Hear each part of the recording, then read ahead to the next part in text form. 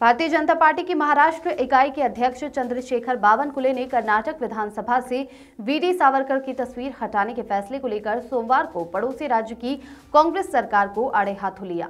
बावनकुले ने कहा कि इतिहास उन लोगों को कभी माफ नहीं करेगा जिन्होंने देश की आजादी के लिए लंबे समय तक प्रताड़ना झेलने वाले सावरकर की विरासत का अपमान किया। उन्होंने एक्स पर लिखा, सावरकर का चित्र हटाने का कांग्रेस नीति कर्नाटक सरकार का फैसला अत्यंत निंदनीय है और देश के स्वतंत्रता आंदोलन का अपमान है।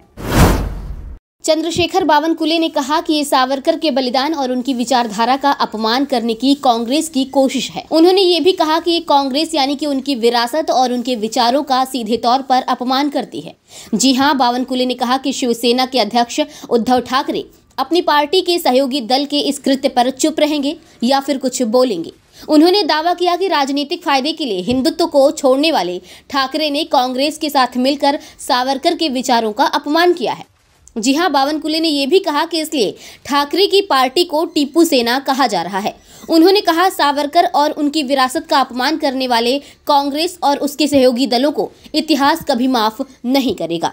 ब्यूरो रिपोर्ट, आकाश ढाके, नागपूर, महाराष्ट्र। सांभाळण्याकरता योग्य पद्धतीचं त्या ठिकाणी निवडून आलेल्या लोकप्रतिनिधींची पक्षाच्या थाप असते, पक्षाची पाठीवर हात ठेवावा लागतो पक्षाने, तर त्यांच्याकडे खासदार आणि आमदाराकडे दुर्लक्ष आहे काँग्रेस पक्षाचं, त्यांच्या नेतृत्वाचं।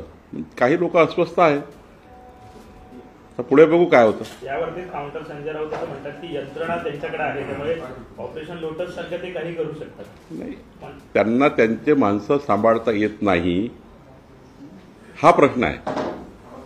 आम्हाला ऑपरेशन वगैरे करायची गरज पडत नाही, आम्ही कधी ऑपरेशनमध्ये पडतही नाही आणि ईडी सीबीआयचा नेहमीचा त्यांचा रोना आहे हा।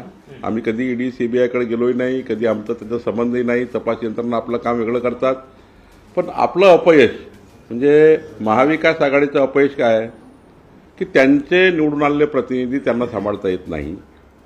त्यांचे निवडून आलेले प्रतिनिधी अस्वस्थ आहेत, ते आम्हाला व्यक्तिगत भेटत असतात की आम्हाला कोणी विचारत नाही, आमचा पक्ष आम्हाला काही त्या ठिकाणी जनप्रतिनिधी म्हणून आम्हाला प्रोत्साहन देत नाही, आम्हाला विकासाचे कामं करण्याकरता कुठल्याही पद्धतीचा आम्हाला सपोर्ट करत नाही, किंवा जे काही पक्ष म्हणून हा आधार द्यावा लागतो निवडून आलेल्या लोकांना, तो काही आधार मिळत नाही म्हणून ते अस्वस्थ आहेत।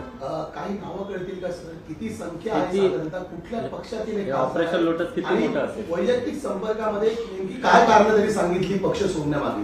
नाही, महाविकास आघाडीमधल्या सर्वच पक्षामध्ये ही अस्वस्थता आहे की निवडून आल्यावर जे जनप्रतिनिधी म्हणून त्यांनी आपल्या मतदारसंघात कामे करावे लागतात किंवा त्यांच्या मतदारसंघात जनतेला न्याय द्यावा लागतो, त्याकरता जे पाठबळ लागतं पक्ष म्हणून, ते पाठबळ त्यांना मिळत नाही। एकदा निवडून आले जनप्रतिनिधी की त्यांना कोणी 5 वर्ष विचारत नाही। काँग्रेस पक्ष आणि महाविकास आघाडीमध्ये ही परिस्थिती आहे। त्यांच्या बैठका होत नाही, त्यांचा काय स्थिती आहे त्यांच्या मतदारसंघात कोणी त्यांना विचारायला तयार नाही, त्यामुळे अस्वस्थ आहेत। अनेक मोठे लोक आहेत अस्वस्थ, काही लोक तर त्या ठिकाणी पक्षावर प्रचंड नाराज आहे, नेतृत्वावर नाराज आहे। दिल्लीला त्यांना कोणी विचारत नाही, महाराष्ट्रातही कोणी विचारत नाही, त्यामुळे अस्वस्थता आहे काँग्रेस पक्षामध्ये आणि महाविकास आघाडीमध्ये।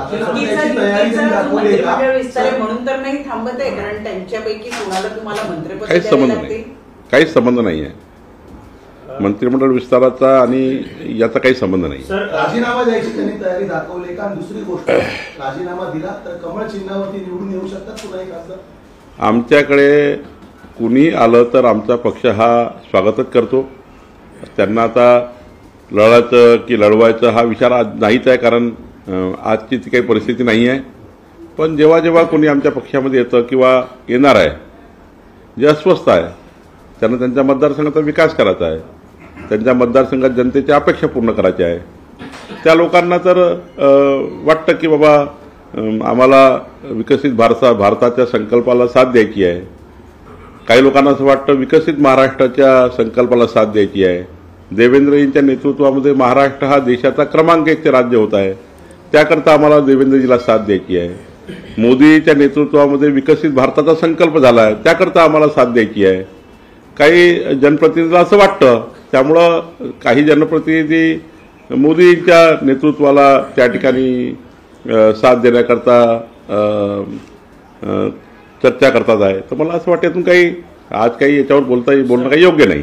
सर, ज्येष्ठ नेते शरद पवार यांच्याबद्दलचं वक्तव्य जे आहे ते गोपीचंद पडळकर यांनी केलं, त्यामुळे थोडीशी नाराजी जी आहे ते भाजपबद्दल आता पक्षाची नेमकी भूमिका काय? शरद पवार साहेब हे मान्यवर नेते आहेत.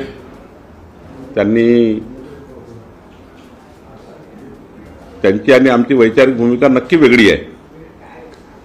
पण शरद पवार साहेबांसारख्या व्यक्तीवर व्यक्तिगत टीका टिप्पणी करणे आणि अत्यंत खालच्या पद्धतीची टीका करणे हे काही पक्षाला मान्य नाही.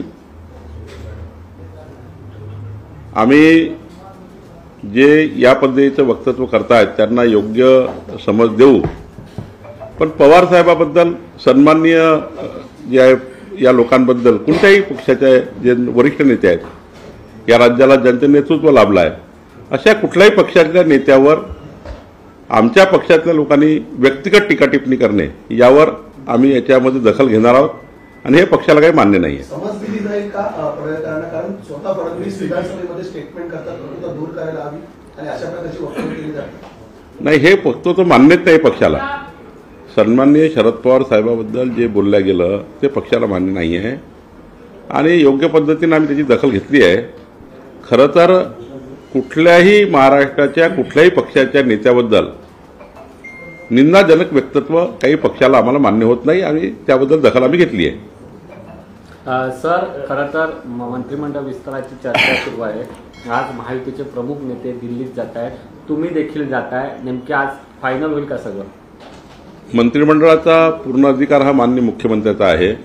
पण माननीय मुख्यमंत्री आमच्या केंद्रीय नेतृत्वाशी बोलतील आणि आमच्या केंद्रीय नेतृत्व असेल, एकनाथजी असेल, अजितदादा असेल, या सर्वांशी बोलून माननीय देवेंद्रजी योग्य निर्णय करतील. त्यांचा काल तुम्ही एकनाथ शिंदेची भेट घेतली रात्री, काय एकंदरीत